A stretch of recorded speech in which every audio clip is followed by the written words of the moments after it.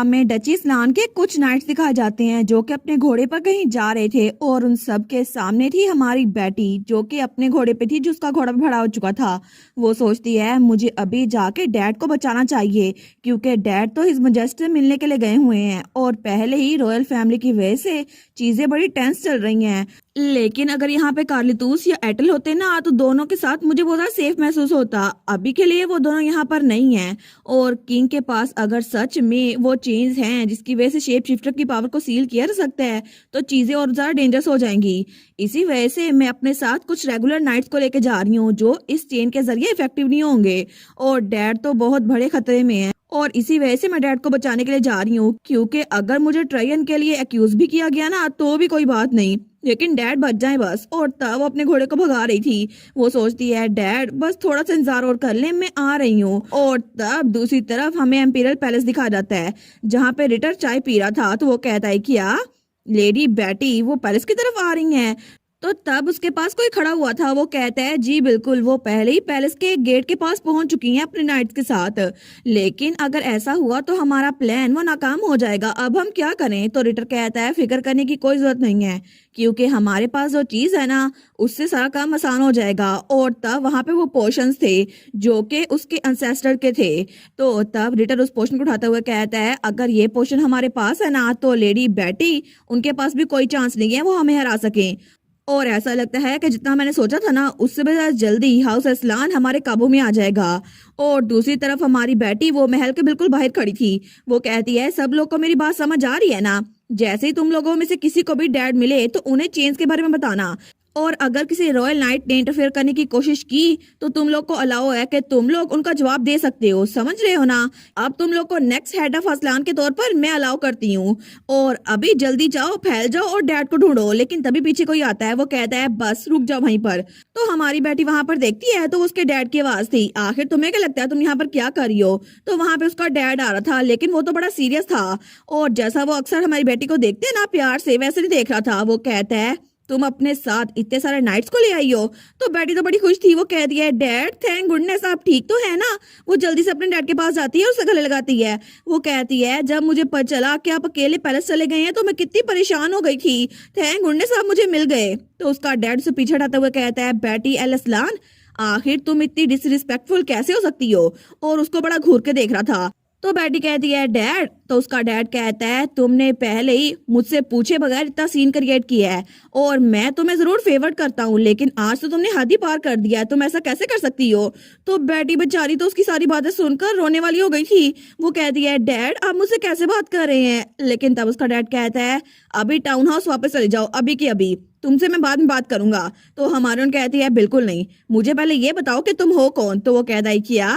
तो बेटी कहती है तुम आखिर हो कौन? मेरे डैड कभी भी मुझसे ऐसे बात नहीं करते, तुम बिल्कुल भी मेरे डैड नहीं हो सकते। अगर तुम्हें मेरे डैड का रूप लेना ही था तो थोड़ी सी इन्वेस्टिगेशन ही कर लेते कि वो मुझसे बात कैसे करते हैं। लेकिन तब उसके सामने जो कोई भी था ना उसके डैड की शक्ल लिए हुए वो बिल्कुल खामोश था। तो हमारी कहती है इसको पकड़ लो अभी की अभी, ये ड्यूक असलान नहीं है। लेकिन तभी पीछे से कोई नहीं आता बल्कि नीचे गिरने की आवाजें आ रही थी। तो बेटी पीछे देखती है तो बेटी सोचती है क्या ये अचानक से ऐसी आवाजें क्यों आ रही हैं, सब लोग कहाँ पर है? लेकिन तभी पीछे सारे के सारे नाइट्स नीचे गिरे हुए थे और वहां पे कोई धुआं फैला हुआ था। तो ड्यूक की शक्ल में जो भी था ना वो कहता है ऐसा लगा था कि मैंने अपना काम आराम से कर दिया, बस तुम ही हो जो नीचे नहीं गिरी। लेकिन तभी वो चुटकी बजाता और कहता है तुम जरूर छोटी होगी लेकिन फिर भी तुम एक असलान हो, मुझे केयरफुल रहना चाहिए था। लेकिन अच्छा हुआ ना मैंने कोई चांस नहीं लिया। और तभी वहां पर एम्पीरियल नाइट्स आ गए थे और सारे के सारे हमारी बेटी के इर्द गिर्द जमा हो गए थे। तो बेटी बड़ी परेशान थी। वो सोचती है ये तो बहुत सारे लोग हैं। लेकिन तब वो आदमी कहता है रिजिस्ट करने की कोशिश भी ना करना क्योंकि तुम ये जंग बिल्कुल नहीं जीत सकती और वैसे भी इतने सारे लोगों के सामने तुम जीत बिल्कुल नहीं सकती, तो इससे अच्छा है कि तुम अपने आप को हमारे हवाले कर दो। तो वो सारे के सारे नाइट्स बेटी की तरफ भाग रहे थे लेकिन बेटी वहां पर अकेली थी लड़ने के लिए।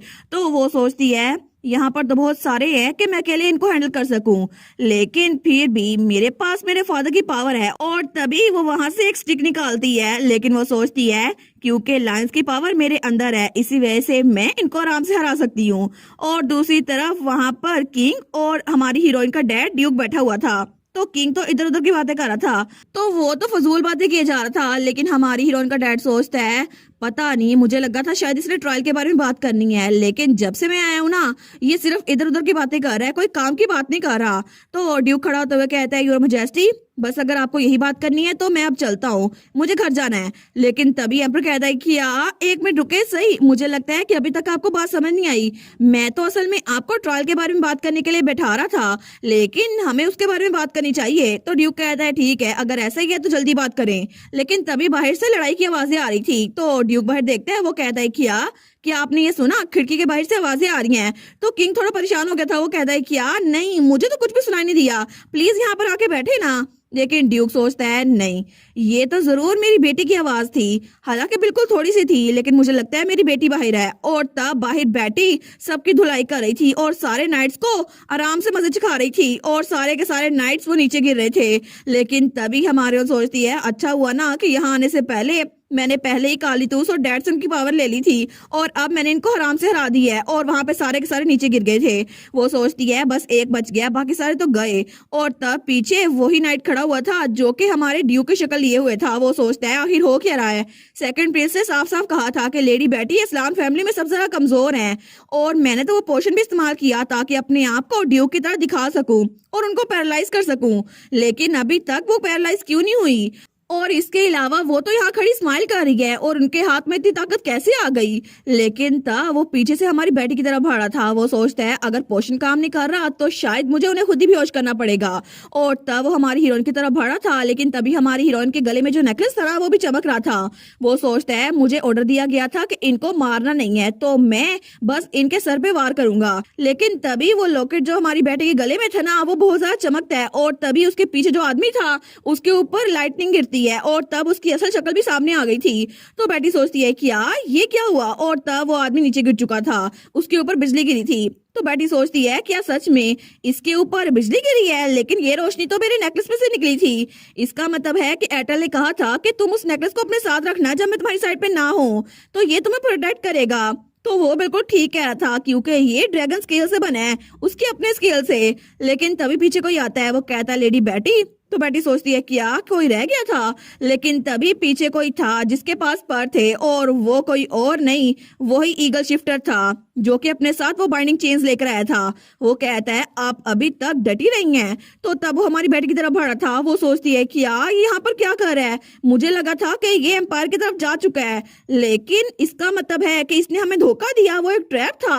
और तब वो सोचती है, इसका साफ साफ मतलब था कि ये मुझे कालीतूस और डैड को अलग करना चाहता था, और इसलिए यहाँ पर आ गया है। तो वो हमारी बेटी के पास आते हुए कहता है, जितना मैंने एक्सपेक्ट किया था आप तो उससे भी ज्यादा टिकी रही, लेकिन अब ये यहाँ पर खत्म होता है। और तब वो बाइंडिंग चेन हमारी बेटी की तरफ फेंकता है, लेकिन उसकी वजह से हमारी बेटी वो बन चुकी थी, और वो तो अपने आप को छुड़वा भी नहीं पा रही थी। वो सोचती है, इसने 1 सेकंड में मुझे बांध दिया, मुझे पता भी नहीं चला। तो वो कहता है, आपको अब अपनी सेफ्टी पे खुद ही ध्यान देना पड़ेगा, क्योंकि हम आपको कुछ नहीं कहने वाले। और तभी उसके पास से गुजरता है। तो हमारी बेटी सोचती है, ये कर क्या रहा है? लेकिन तभी वो उस आदमी के पास जाता है जिसने ड्यूक की शक्ल ली हुई थी, और उसकी जेब खंगालता है। वहां से उसको वही पोशन मिलता है। वो कहता है, अच्छा, मैं समझ सकता हूँ, अगर इसे एक इस्लाम के खिलाफ पोशन यूज करना था तो पूरा का पूरा यूज करना चाहिए था। और तभी वो पूरा पोशन यूज करता है तो हमारी बेटी, उसको कुछ महसूस होता है। वो सोचती है, ये फीलिंग ये है क्या? लेकिन तभी उसके हाथ से वो स्टिक भी नीचे गिर गई थी। वो सोचती है, क्या हो रहा है, सब कुछ इतना ब्लरी क्यों हो रहा है, मुझे तो चक्कर आ रहे हैं। और तभी उसको चक्कर आते हैं, वो नीचे गिर रही थी। लेकिन थोड़ी देर बाद बेटी इस्लाम पूरी तौर पे बेहोश हो चुकी थी। तो वो सोचती है, मुझे लगता है मेरी स्ट्रेंथ बिल्कुल भी मुझ में बाकी नहीं बची। और तब दूसरी तरफ ड्यूक, वो तो महल से निकल रहा था, लेकिन पीछे बहुत सारे लोग थे। वो कहते हैं, योर ग्रेस प्लीज ऐसा मत करें, आप हिज मैजेस्टी के साथ बात कर रहे थे, बात को दरमियान में छोड़ के नहीं जा सकते, आपको भी वापस आना चाहिए। और सारे उसको रोकने की कोशिश कर रहे थे, लेकिन ड्यूक वो तो वहां से निकल रहा था, वो उनकी बातें सुनता। वो सोचता है, मुझे वो हल्की सी आवाज आई थी विंडो से बाहर से, लेकिन पक्का वो मेरी बेटी की आवाज थी। अगर ऐसा ही है तो मुझे जाके देखना होगा, चाहे कुछ भी हो जाए। लेकिन तभी जब उस जगह पे पहुंचा था ना, तो वहां पे असलान फैमिली के नाइट्स गिरे हुए थे, और उनमें से एक होश में था। वो तो करा रहा था। तो ड्यूक उसके पास आता है। वो सोचता है, आखिर गोल्डन लाइन ऑर्डर यहाँ पर पैलेस में क्या कर रहा है? उसको कुछ शक होता है। वो कहता है, आखिर यहाँ पर हुआ क्या? तो वो नाइट कहता है, मास्टर, ये एक इमरजेंसी है, होली एम्पायर में से कोई लेडी बेटी को किडनैप करके ले जा चुका है। तो ड्यूक कहता है, क्या? मेरी बेटी को? उसको तो बहुत ज्यादा गुस्सा आ रहा था, लेकिन दूसरी तरफ हमारी बेटी, उसकी आंख खुल रही थी और तब उसके सामने वही ईगल शिफ्टर था। तो जैसे उसकी आंख खुलती है ना, तो वो बिल्कुल उसके पास आता है और बेटी उसको किस चीज से बांधा हुआ था, एक चेयर से। तो वो ईगल शिफ्टर कहता है, लेडी बेटी फाइनली आप होश में आ ही गई। तो हमारून कहती है, तुम मुझे यहाँ पर क्यों लेकर आए हो? तो वो ईगल शिफ्टर कहता है, अगर आपको पता चल भी गया फिर भी कोई फायदा नहीं होगा, क्योंकि ये बाइंडिंग जिसके जरिए हमने आपको बांधा हुआ है ना, उससे आप अपनी पावर को कंट्रोल नहीं कर सकती और इसी वजह से लड़ने का कोई फायदा नहीं है। आप यहीं पर रहे और सेफ रहे, मैं आपके साथ कुछ भी नहीं करूंगा, इसलिए अब मैं यहाँ से चलता हूँ। और उसके हाथ में हमारी बेटी का नेकलेस था जो उसको एटल ने दिया था। तो हमारे सोचती है कि यार ये नेकलेस, वो कहती है ये नेकलेस एटल ने मुझे दिया था, मुझे मेरा नेकलेस वापस दो। लेकिन वो उसकी बात ही सुनता और कमरे से बाहर निकल गया था। लेकिन तब पीछे हमारी हीरोइन वहां पर अकेली थी और वो चेयर के साथ बंधी हुई थी। वो सोचती है मुझे सबसे पहले यहाँ से निकलना होगा, और ये तो जितना मैं मर्जी हिला रही हूँ ये हिल भी नहीं रहा। मुझे लगता है कि मैंने जो लाइन की पावर सेव की थी ना, उसके जरिए भी ये बिल्कुल काम नहीं कर रहा। लेकिन ये देखने में तो बिल्कुल आम से शक्ल लगता है, फिर भी शायद इसके ऊपर कुछ मैजिक है। लेकिन तभी उसके अंदर से उसे शेप शिफ्टर की पावर सेंस होती है। वो सोचती है क्या इसके अंदर, मुझे लगता है किसी और शेप शिफ्टर की यूनिक पावर है। लेकिन अगर ऐसा ही है तो मैं इस एनर्जी को ऑब्जर्व कर सकती हूँ, इससे तो सब कुछ बदल जाएगा, है ना? क्योंकि जैसे मैंने अपनी पावर को, स्टोरेज को यूज किया ना, तो किसी भी शेप शिफ्टर की पावर मैं ऑब्जर्व कर सकती हूँ। तो मैं इस शक्ल की पावर को ऑब्जर्व कर लूंगी और लाइन की पावर को एक बार फिर से यूज करने से वो फिर ऐसा ही करती है और वो शक्ल टूट जाता है। तो वो तो वहां पे खड़ी हो गई थी। वो सोचती है, देखा मैंने कुछ भी नहीं किया, बस अपनी पावर का इस्तेमाल किया और ज्यादा मेहनत करनी पड़ी नहीं और मैं आराम से आजाद भी हो गई। शेप शिफ्टर की पावर तो बेस्ट है। लेकिन तभी वो खिड़की के पास आती है और छुप के बाहर देखती है, वहां पर तो बहुत ज्यादा सिक्योरिटी थी। वो सोचती है यहाँ पे तो बड़े नाइट्स खड़े हुए हैं, तो मैं इंसानी शक्ल में तो यहाँ से निकल ही सकती, इसी वजह से मुझे शक्ल बदलनी पड़ेगी। और तब वो स्क्विरल बन गई थी और तब वो सोचती है मेरे स्क्विरल फॉर्म तो बड़ी बेस्ट है, लेकिन अब मैं यहाँ पर आई गई हूँ तो मैं भी मुझे यहाँ पर कुछ ढूंढना चाहिए। तो वहां पे बड़े डॉक्यूमेंट्स पड़े हुए थे। वो सोचती है ये बेवकूफ मुझे इस जगह पे छोड़ गया जहाँ पे इंपॉर्टेंट डॉक्यूमेंट पड़े हैं। तो वो सबको देखने लग जाती है, लेकिन एक एक करके देखने के बावजूद भी उसे कोई काम की चीज नहीं मिली थी। वो सोचती है ये बेवकूफ नहीं थे, ऐसे ही कोई चीज नहीं छोड़ सकते। लेकिन तभी वहां पे ऊपर मेज पे एक संदूक पड़ा हुआ था। वो सोचती है पता नहीं उस बॉक्स के अंदर क्या है, और वो बॉक्स तो बड़ा ही पुराना लग रहा था। लेकिन तब उस बॉक्स के पास जाती है और कपड़ा हटाने लगती है। वो सोचती है लगता है कि इसके ऊपर कोई ताला नहीं लगा, लेकिन शेप शिफ्टर की पावर की वजह से इसको बंद किया गया है और ये तो बड़ा अजीब लग रहा है। लेकिन जो कुछ मर्जी हो, शेप शिफ्टर की पावर है तो मैं इसको ऑब्जर्व कर सकती हूँ। और तभी उसको ऑब्जर्व करती है और वो बॉक्स खुल भी गया था। वो सोचती है इजी पीजी, देखो तो सही मेरा काम बन गया। और तब उसको खोलती है, लेकिन उस बॉक्स के अंदर जो कुछ भी था ना, वो उसको देखकर तो बिल्कुल हैरान रह गई थी, क्योंकि वहां पे एक डॉक्यूमेंट पड़ा हुआ था जिसके ऊपर होली एम्पायर की सील लगी हुई थी। वो सोचती है क्या लिखा हो सकता है जो कि इतना छुपा के रखा था, लेकिन इसके अलावा शेप शिफ्टर की पावर भी यूज की थी। तो तभी उस डॉक्यूमेंट को खोलती है और जब उसको पढ़ती है ना, वो सोचती है ये पॉसिबल कैसे हो सकता है। लेकिन फिर भी मेरे पास एक बहुत अहम सबूत है किंग के ट्रायल के लिए।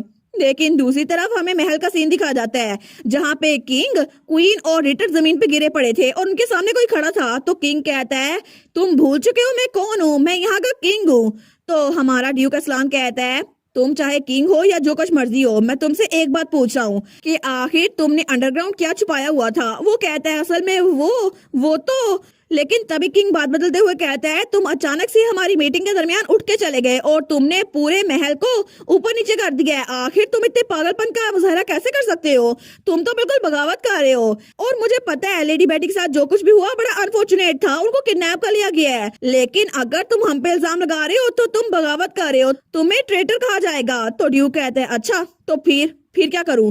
तो किंग कहता है क्या। तो ड्यूक कहता है अगर तुम कोई किंग हो या कोई और मर्जी हो, लेकिन अगर मेरी बेटी को कुछ भी हुआ ना, तो फिर मैं भूल जाऊंगा कि तुम हमारे रूलर हो और मैं इतने वक्त से सिर्फ अपने बच्चों के लिए खामोश था। लेकिन अगर मेरी बेटी को कुछ भी हुआ और फिर देखना कि तुम्हारे साथ मैं क्या करता हूँ, पूरी दुनिया याद रखेगी कि मेरे बच्चों के साथ पंगा लेने वाले के साथ होता क्या है। और इसी के साथ ये वाला पार्ट यहीं पर ख़त्म। तो आप लोग बताइएगा आप लोग को ये पार्ट कैसा लगा, और वीडियो को लाइक और चैनल को सब्सक्राइब लाजमी कीजिएगा। बाकी वीडियोस का लिंक भी स्क्रीन पर नज़र आ रहा होगा, तो काइंडली उनको भी चेकआउट कर लें। और thank you so much for watching my videos. Stay safe, bye bye.